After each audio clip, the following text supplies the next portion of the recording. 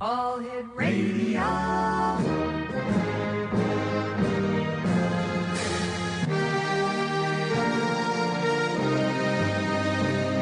Welcome to the X Zone, a place where fact is fiction and fiction is reality.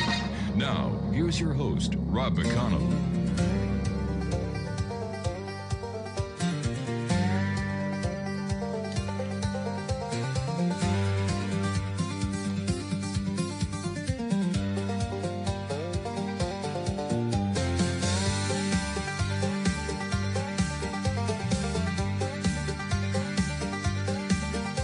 July 47 in the desert heat, a rancher found strange wreckage scattered at his feet.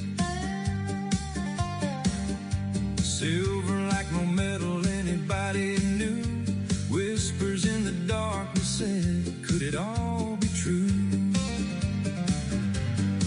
From the skies above old New Mexico, something crashed where the cold winds blow. Roswell nights still call our name, and the world has never been the same. Roswell, secrets in the sand, questions buried by the hands of power, silence, fear, and lies. Still we search the midnight skies. Roswell, echoes never die. Truth keeps shining from the sky, from the desert floor to eternity. Roswell lives in mystery.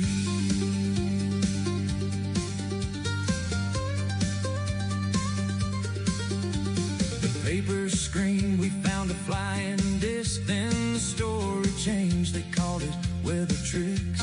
Military trucks rolled through the town at night, taking pieces far away beyond the public sight. Witnesses remembered all they saw, strange debris that defied every law. Some stayed silent, some spoke late, haunted by the weight of fate. Late at night beneath the desert moon, people swear they heard a distant haunting tune. Lights above the mountains, shadows on the ground, like the universe was speaking without making a sound. Scientists and dreamers still debate, was it chance or something tied to fate? But deep inside we all still know there's more to Roswell than they show. Roswell, secrets in the sand, questions buried by the hands of power, silence, fear, and lies. Still we search the midnight skies. Roswell, echoes never die. Truth keeps shining from the sky, from the desert floor to eternity. Roswell lives in mystery. Now across the years the story still survives in books and dreams and witnesses alive. And every time the night sky starts to glow, we remember what came down in Roswell. Roswell calling through the years, through the doubt and through the fears. Maybe someday we will know what crashed in old New Mexico. On the X-Zone we search the night, chasing hidden truths beyond the light, where legends, secrets, and mysteries flow.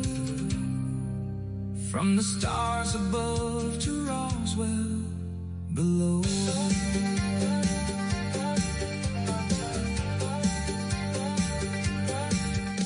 And welcome back to the X-Zone, everyone. I am Rob McConnell, and for the next 2 hours, I'm your host and your guide, as together we're going to cross the time-space continuum to this place that I call the X-Zone.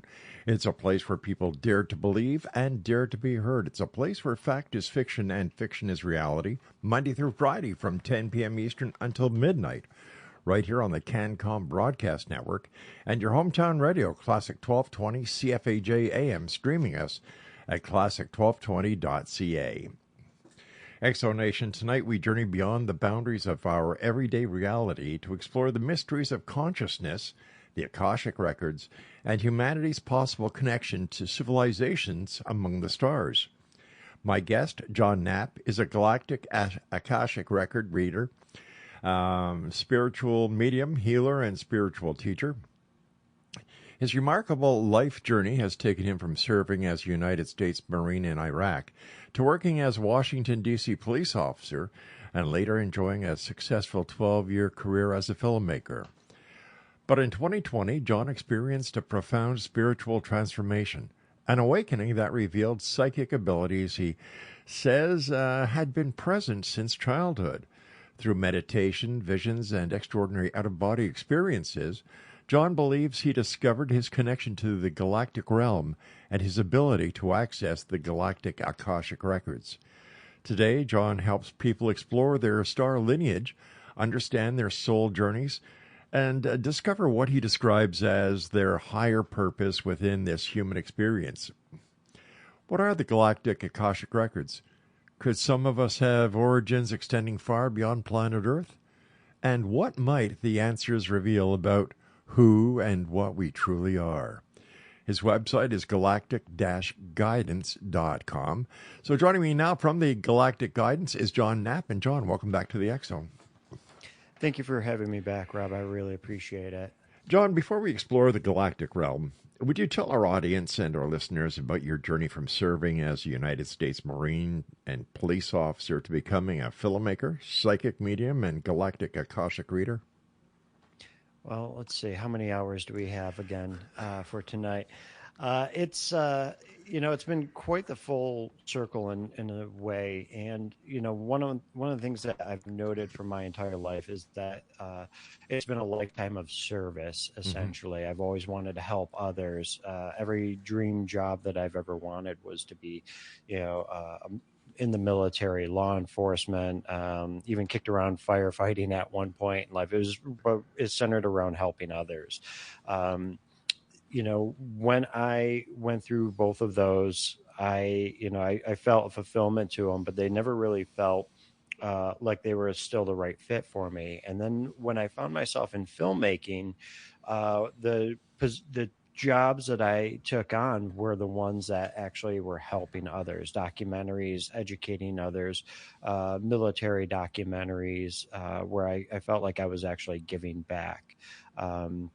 But back, like you said in my bio, in 2020, there was a disconnect, and that coincided with the COVID pandemic out there. And that is when I essentially started to search for something else, greater purpose, deeper purpose. And it took a couple of years, and that's what really unfolded in my own spiritual awakening, and decided to actually accept the gifts finally that I knew that I had since childhood, and become a professional psychic, so I could help others on a deeper level and on a spiritual level. You've said that a birthday tarot reading helped you reveal your psychic abilities. What did the reader tell you that changed the direction of your life? Really, I had known that I was always a psychic, but doing the work professionally to help others never really occurred to me. And then she held up this tarot card, and I believe it was probably the high priestess when she showed it to me, and she said, "John, you're psychic. You could be doing this yourself. You can do this professionally." And that was like the light bulb moment for me when I realized, wow, I could be doing this. Because at that time, I was going through what we call a dark night of the soul. And that's the stripping away of ego, stripping away of identities. That's why, my marriage was ending. My, career was winding down as a filmmaker. And I was starting to question everything in life about my own reality, about reality itself. So when she told me that, that was the exact moment in time that I needed to hear that message, that I could be doing this myself. And then that's when I empowered myself to move forward and learn more about psychic abilities, psychic connection, and where I wanted to take that. When was it you first encountered that you believed you encountered something that was, or someone that was, a galactic being? And what convinced you about that experience as being real? Well, technically, one of my first experiences was probably around the age of 7 or 8. And I remember it was more of an energetic abduction of not only myself, but my twin sister as well, who has a galactic lineage just like myself. And we were essentially coaxed by those tiny grays as children to come aboard their ship. And I remember, this image of them trying to coax us when we were at school, and it didn't really work. And then they took us to almost look like a carnival to, they say, hey, let's have fun. Let's get on our ship together. And they took us aboard, and then everything went dark from there. And then I remember even older in my, younger teens, I remember feeling like aliens were actually outside my window. And that they were looking at me, and I was, freaking out. And I just, for some reason, some strange unknown reason, thought that they were out there. And now that I realize, that I was feeling the energy of the beings from a different dimension, looking out, looking into the windows while I was there. And then once I started to open up more and meditate more, that's when a gray being actually came to me through meditation and was looking at me. And, his energy was very neutral. And I told him, if you don't have any message for me, it's time for you to go. And then it happened a couple of weeks later, same thing. And then a week after that, I was shown a download of information from the Orion Wars and bombed out buildings, secret documents, and alien hieroglyphs, other images that showed me this. And I asked I asked out there, what is this? Where is this coming from? And I got the message, this is the wars in Orion. And then I was able to confirm that with one of my psychic development teachers in a class the next night. All right, stand by. You and I have to take our first break for this hour. John, thanks very much for joining us. And Exonation, if you'd like to find out more about our guest after the show, visit www.galactic-guidance.com. John Knapp is my guest, and we'll both be back on the other side of this break as the X-Zone continues with yours truly, Rob McConnell, from our broadcast center and studios in St. Catharines, Ontario, Canada, on the CanCom Broadcast Network, and your hometown radio, Classic 1220 CFAJ AM, streaming us at classic1220.ca.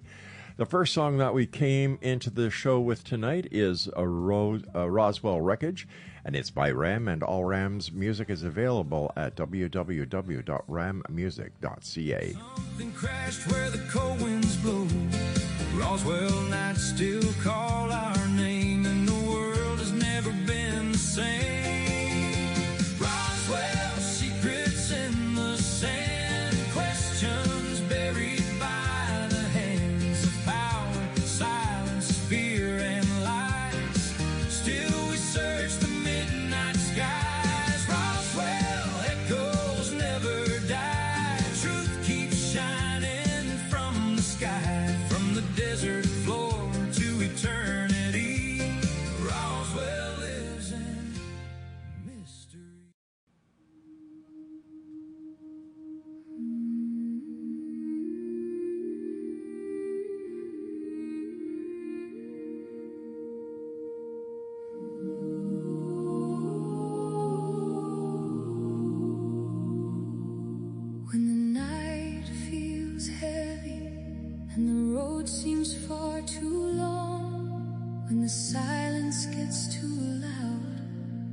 Trying to stay strong. There's a light you may not see.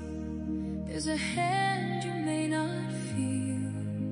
But somewhere close beside you, there's a love that's always real.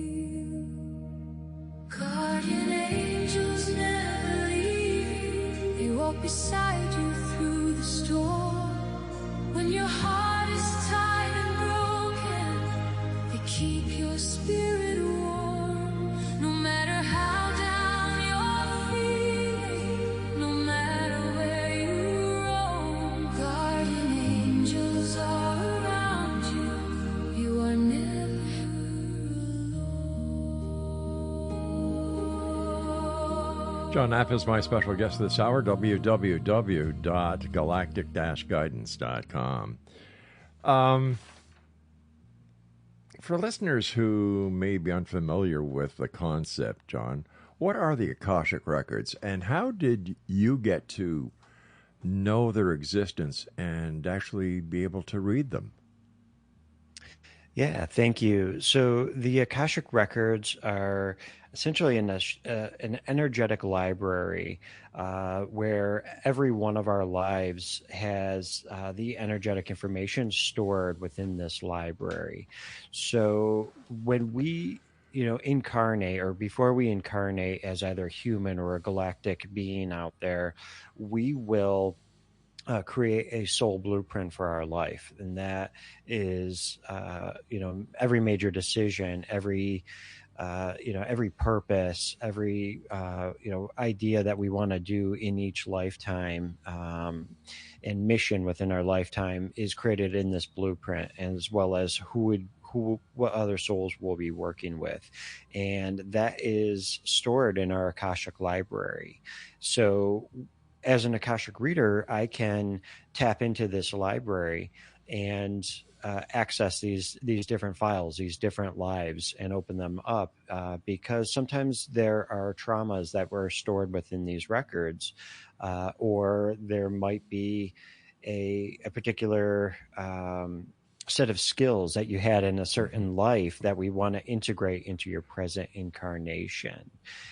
So that's the Akashic Records in a nutshell. Now, when I talk about the Galactic Akashic Records, that's just essentially focusing my intent off the planet into the galactic realm.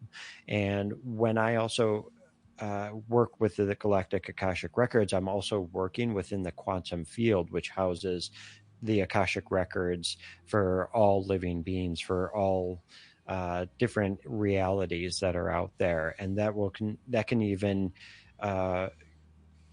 work with the energies of angelic beings, as well as other light beings that have never even incarnated in a physical reality.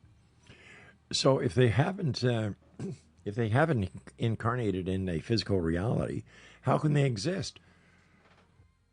They exist in a different realm, essentially. So there is the physical realities of the third dimension, as well as six, all the way up to, I can't even tell you how many dimensions are out there, but within our universe that we know of as like the Milky Way, our known universe, our satellites and telescopes can see, we have a 12-dimensional universe. Now, other universes play essentially by different rules. They have their own physics, their own dimensions. Some don't even go into the third dimension. They're possibly 12th dimension up to the 40th dimension, and they have their own essential realities that souls can incarnate into, and some will even come here. But there are dimensions that have never had incarnation. So the angelic realm, you have souls that are angels, and as well as the archangels, and they've never incarnated as physical beings like we would consider, while some of them do come through the angelic realm and incarnate as physical beings like humans and Lyrans and the other galactic beings out there.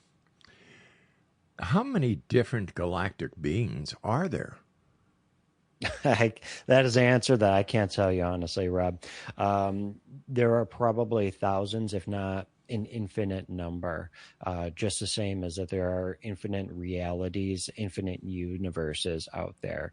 Now, we, in the spiritual world, in the galactic world, and on Earth, we know of some of the big players like the Arcturians, the Sirians, the Pleiadians, but there are also other beings, and several different groups have started to come to me that are not known to the general spiritual community. One group that contacted me through a client is called the Nectites.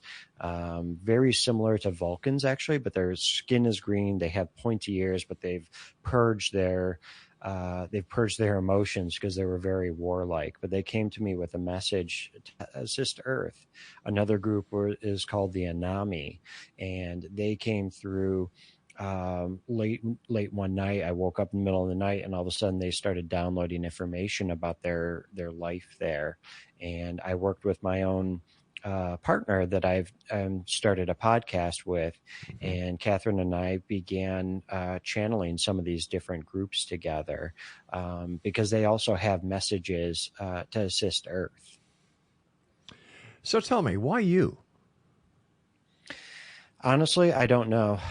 Maybe because I'm open to it, because I know I've spent a lot of time, different lives in the galactic realm. I have been an Anami person. How do you know I don't that? believe I've. How do you know that? Sure. Receiving this information, using my own intuition, my psychic abilities to learn that. Now, I'm not any more special than you are or any of your listeners.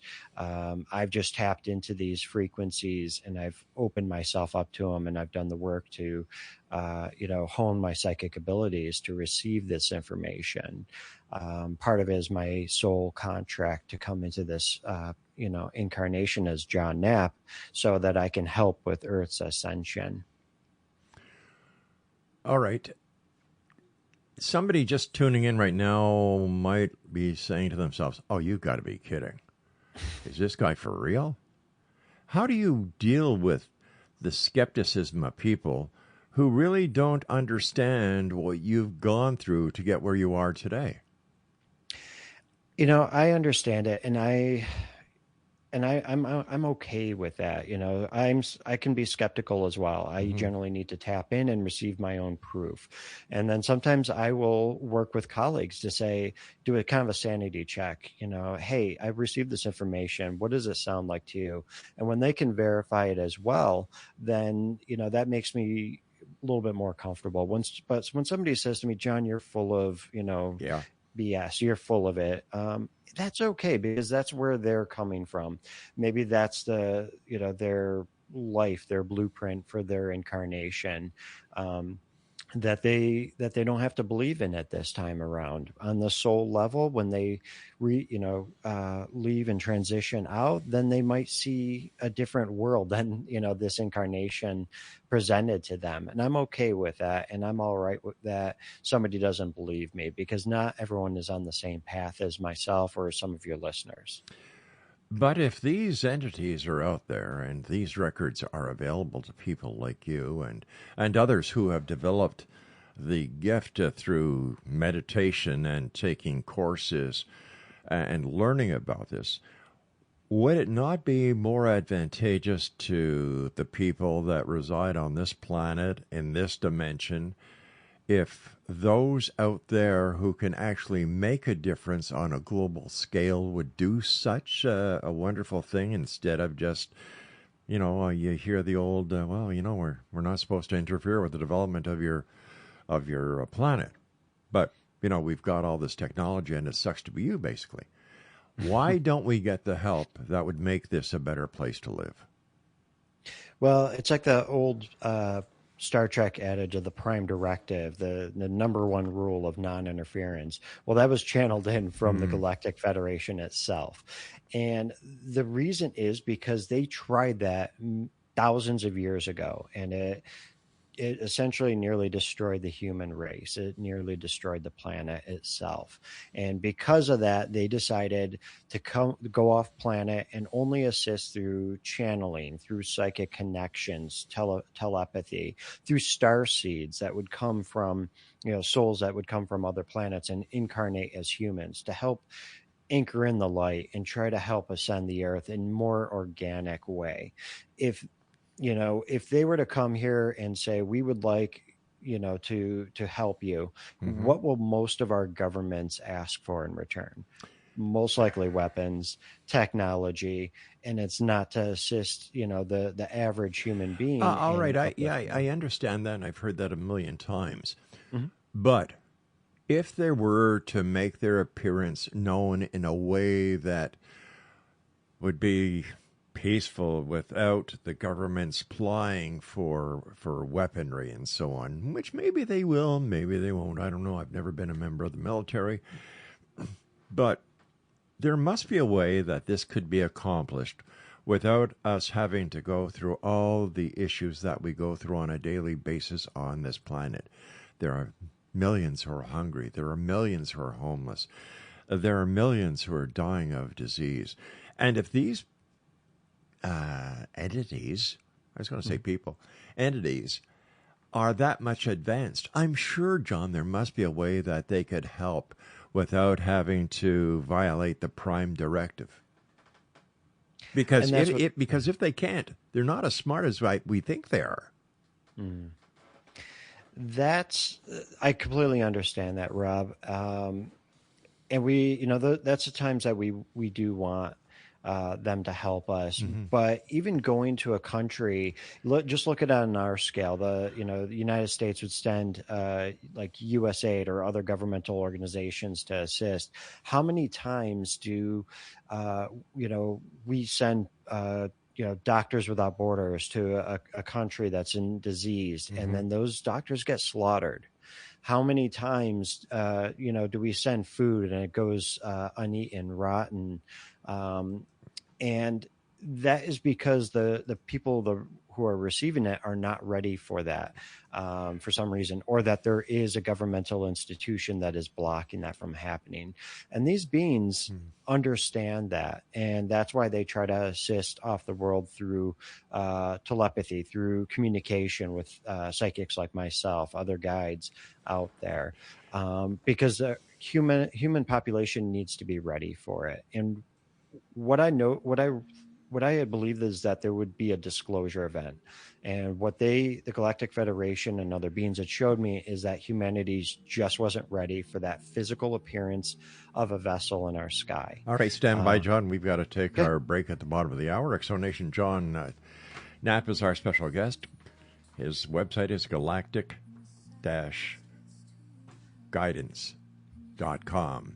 John and I return on the other side of this break as we continue here in the X Zone on the CanCom Broadcast Network and your hometown radio, Classic 1220 CFAJ, streaming at classic1220.ca. Inside you, there's a love that's always real.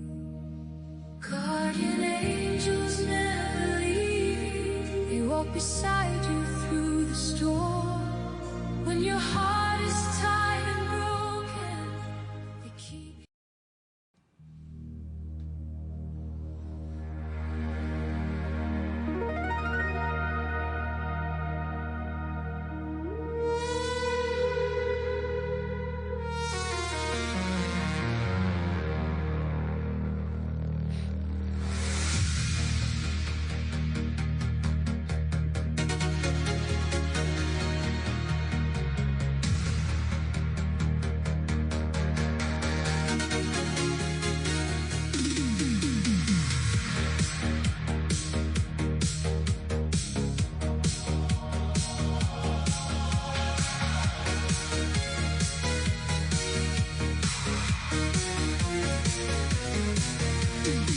Beyond the stars where the starlight flies, past ancient worlds and forgotten skies, a teacher walks with a peaceful hand, sharing the wisdom across the land.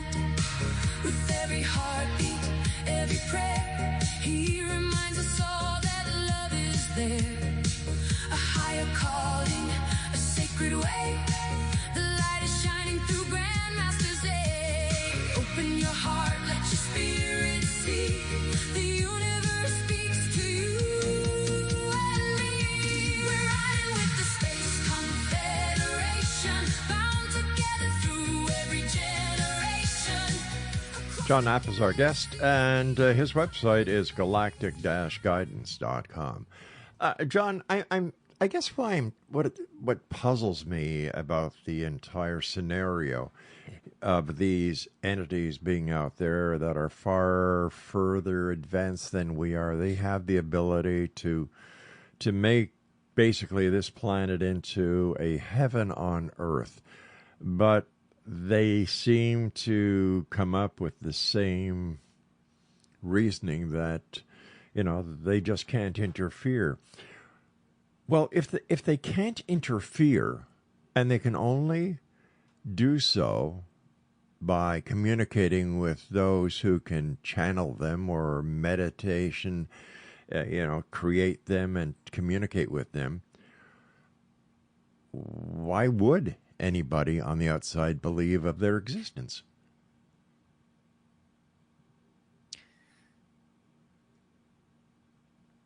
That's completely understandable, but why would so many people believe that a guy with 2,000 years ago was able to turn water into wine, walk on water, come back to life after being crucified? Part of it is a bit about faith, and what seems to be the disconnect is that people have no problem believing that Jesus Christ, walked the earth 2,000 years ago. But when it comes to saying that an advanced technological being is hovering around the earth, trying to assist us to make us love each other a little bit better, they have more of a difficult issue with that.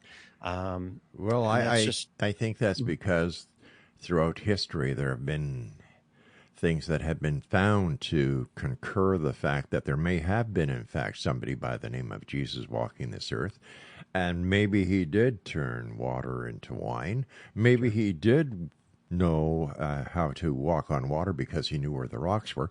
I don't know, but there's so much history involved when it comes to religious philosophies compared to the existence of ETs. Now, I'm not saying they don't exist. Yeah. I'm just wondering why, if they have all this knowledge, and if they have been around so long, okay, so we've screwed up in the past. Why don't they give us another chance? And they are giving us that chance. It's just a less direct approach. That is where we receive the information. And I'm not saying that you have to come to me for this galactic information. This is something that anyone can do. Where? How? Meditating is generally the best way to do it. Quieting that mind, open yourself to receive. I would suggest that if you were to ask for extraterrestrial connection to come through you, ask that your best and highest good of information to come through you, and use your discernment, because there are not just benevolent beings out there. There are other beings out there that might want to take advantage of you, just like there's malevolent humans out there that might try to take advantage of you. Same thing with extraterrestrial beings as well. So using your discernment, your intuition, and your free will to say, no, thank you, I don't want you in my energetic presence, is always helpful. But any person can allow these beings to communicate with them. It's just doing it in a responsible manner. What information have you been able to secure off of these meditation sessions that you've been able to help other people with? Well, some of it is more personal for them. Okay. Some of it is work that they're doing. So earlier today, I actually had a client that came to me, and she lives in Sedona, Arizona, and was wondering about what the point of her being there was, one of her missions. And immediately there was a Pleiadian commander, I believe his name is Commander Ashtar. Some of your listeners might be familiar with him. I haven't worked with him before until today, but he channeled in through me to say, that she was actually a parallel life of a security officer aboard his vessel, and that that her mission, one of her missions on Earth, was to go to Sedona and actually provide portal security in that area, not as a combatant, but more of an energetic closing of negative portals that are opening in Sedona, and that her time there is coming to an end, where she can move on to a new job within her incarnation. So, information like that comes through from time to time. So, were you meditating when you were doing this reading for this lady when this ET from the Pleiades came and presented himself to you? I can do a brief meditation and then I start receiving information. So, just like a medium meditates to raise their frequency so that they can speak to spirits on the other side, that's kind of like what I do. Is I essentially open the gates to the galactic akashic records, to the quantum field, and allow this information to come through. But I don't go through deep trances like you might see with like Nostradamus or Edgar Casey, who had to go to sleep. I don't need to receive information in a trance state. I just raise my frequency and open the information so it can come through me. So this Pleiadian gave you the message to tell this lady that she was a security officer, and her mission in Sedona was to guard the portals? So in Sedona, there are many portals that open up that have, elemental beings, galactic beings, other spirits, land spirits of the land. Well, when you do psychic work, it tends to open portals, and they're not always bringing in, benevolent beings. So what she was doing subconsciously in Sedona was actually closing portals that were opening up that may be an open door for more negative or malevolent beings to come through. So that's what she was doing there, while the Sedona went through a lot of a transition for the time that she's been there. So obviously, or apparently, this was not her first lifetime, because if it was, how was she trained to be a guardian of the portals? And why would the Pleiadians be interested in her? So she is her soul is, we never even got to her first incarnation. This message came through and then we moved on. But she is currently a Pleiadian officer aboard this vessel. And what they were showing me was that she was actually, her Pleiadian self was actually in a stasis, almost like a stasis tank, and sent its soul essence into my client for this incarnation. So it was a true parallel life where one life is still existing, and then there's another coexisting within the same time frame. So the work that she was doing was more subconscious from what she was doing consciously as herself in Sedona. But the work that she had, the portal creation came, or the portal work that she was doing came from the security work that she had done as a Pleiadian herself. What was her reaction when she found out that this is who she was, this is what she was doing? Did she resonate with that? She did resonate with it. And in fact, at the end of our reading, I told her that this commander actually would like to have her communicate with him as well. So, having her actually go into a meditation or reaching out her consciousness to this commander to actually communicate more was what he had wished for her to do. But she did resonate with it, and was interested in learning more about that connection. Do these for example, this commander, does he have the ability to actually manifest a body and to communicate with her as humans do? I don't know too much about this commander. I think, again, his name is, I believe, Commander Ashtar.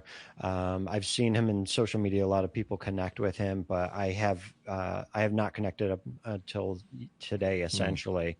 So I'll try to learn more about him. Now, some of these beings, because they are higher dimensional beings, residing fourth, fifth, all the way up to the sixth, seventh dimensions in physical forms, can lower their own frequencies into more of a physical existence. From what I gather, it can be difficult and uncomfortable for them to actually do this. This is why sometimes we see beings, or we see sightings of these extraterrestrials in the open, and then all of a sudden they disappear, they blip out, in a sense, is because they're lowering their frequency to match our frequency so we could actually see it. Just kind of like almost like a visible light of the spectrum, or and then they might not be able to maintain that for very long, and that's why they disappear too. All right, John, it's that time where we must take our final break for this hour. And Exo Nation, if you'd like to find out more about our guest this hour, maybe you'd like to have a one-on-one consultation with John to find out if you are a starseed.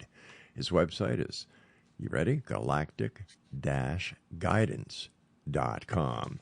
And we'll both be back as we wrap up this hour here in the X Zone with yours truly, Rob McConnell, my guest this hour, John Knapp. As we continue right here on the CanCom Broadcast Network and on your hometown radio, Classic 1220 CFAJ AM, streaming us at classic1220.ca.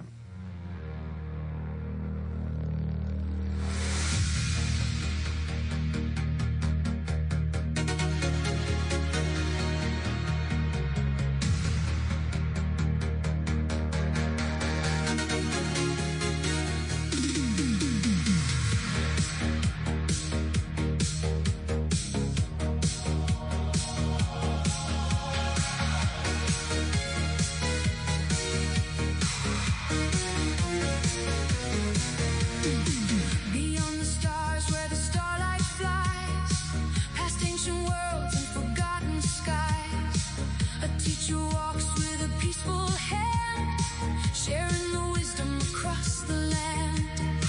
With every heartbeat, every prayer, he reminds us all that love is there, a higher calling, a sacred way.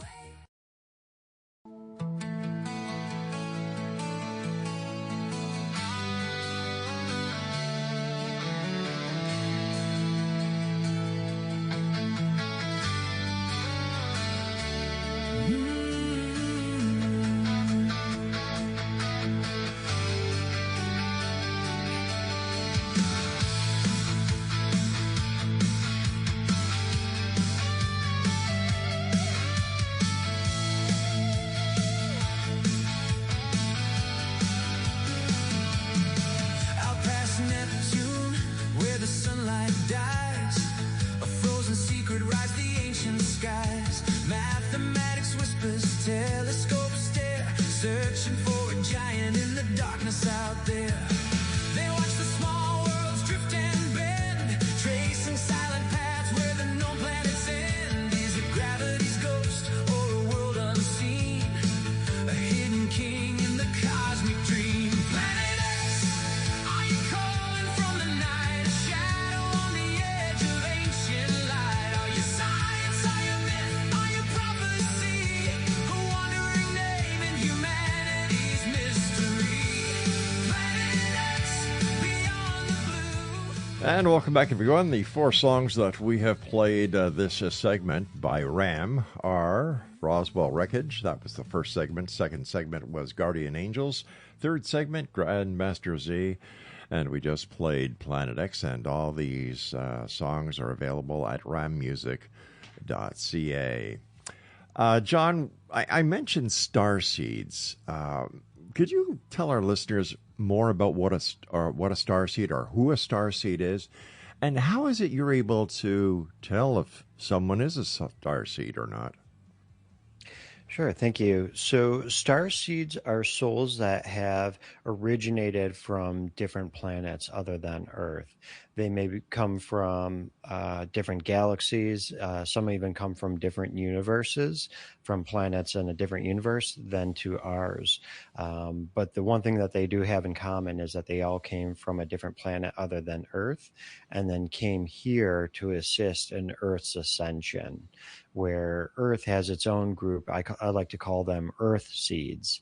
And those Earth seeds have only incarnated here on Earth, either as humans, animals, rocks, elementals, even fairies. And how does one know if they're a starseed? For somebody on an individual level, it might be that they feel a calling to the stars. They might look up and they feel an energetic connection to a certain star or star system, constellation. Some star seeds have been visited by different, soul family from the galactic realm, from stars that they have been, or groups that they've been, incarnated as, while others just might feel like they're different from, regular humans in a sense, or they just don't belong. For myself, I had always been interested in the topic of aliens and conspiracies. So, your show is right up my alley. And, I didn't realize that I was a starseed or even that was a possible thing until I started receiving visits from, an alien during meditation. And that's when I realized that there was something a little bit different for me. What was it like the first time that you realized that you were a starseed, and you, John Knapp, who, by the way, I thank you for your service not only as a member of the military but as a member of law enforcement, were, in fact, talking or communicating with an extraterrestrial? When that happened, first thing out of my mouth was, is this really a thing that really exists? And my psychic development teacher said, yes, John, you are an incarnated extraterrestrial, a starseed, and you will receive more information over the next year and connect with this in greater, detail. And it was a slow process to unfold and really unpack. I think I really needed some of that proof and receive that information in a more organic way to really wrap my head around what that meant to be a starseed and what my mission really was to help other starseeds open up and to understand their own heritage and lineage off this planet. As a starseed and as one person who can communicate with other ETs during your meditative states, what do those that you're fortunate enough to communicate with, and how do you, as a former member of law enforcement and a former member of the military, how do you see what is happening on this planet these days, especially within the United States itself? Like, with what is going on with Iran, the president is going after their nuclear, what's he call it, nuclear dust? And you've got China that is watching what's happening with the United States. You've got Russia that's watching.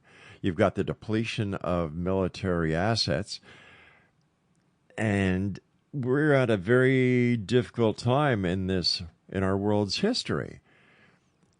What do those who have been watching us and who have craft orbiting this planet say about what's going on?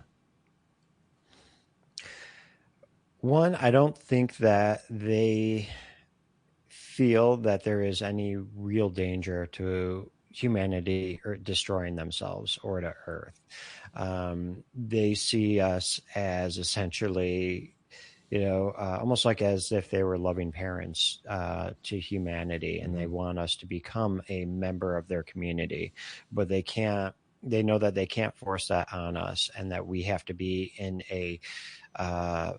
such an emotional and mental state, an ascended state of being, that we would be willing to accept that, becoming a member of like a galactic community. Right. But they do show me, I receive information from time to time when there is pending disasters occurring. I received information a week before the Iran war kicked off that there would be something that would escalate, and the potentiality of it spinning out of control. So, I do receive information from the galactic realm about things that may occur, different timelines that may occur. And part of that is to assist in quelling some of the negative energies that are around the planet, and transmute those into love, rather than suffering and festering into anger and more violence. Do you think that after all the time you've had to communicate with these, can I call them space brothers for a lack of better words? Perfect. Okay, space brothers, that if there was a time in the near future where somebody had an itchy finger and they pressed that nuclear button, would they intervene? From what I've heard in the past, there has been interventions, nuclear systems shutting down, people changing their minds.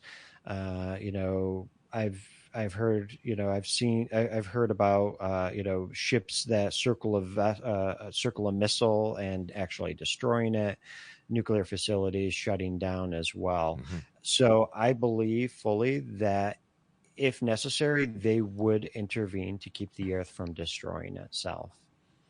Now, does that mean Pleiadian troops marching through the streets of D.C. or Moscow or Beijing? Nah, DC's already got the National Guard. Yeah, we're set over here in DC, but no, I don't believe that they will come down in physical form and assist. It's going to be helping plant seeds in people's minds, to exercise their free will, to not push the button, to fill somebody with love rather than hatred, and assist them in making a better decision of compassion rather than anger or control. What percentage of Earth's population, John, do you think are star seeds? I'm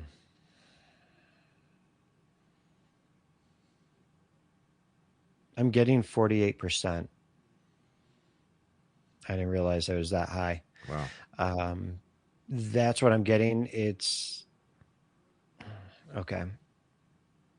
Much of the Earthseed human population is almost in holding.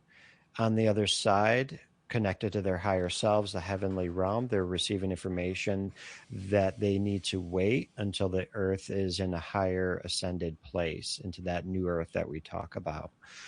So many more volunteers, starseeds, angelic beings, even incarnated fairies are filling the roles, the population on Earth, to help assist move the Earth into essentially a higher energy, a higher frequency.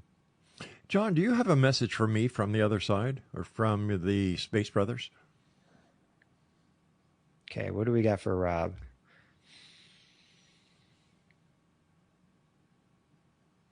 Oh, they're saying trust yourself, Rob.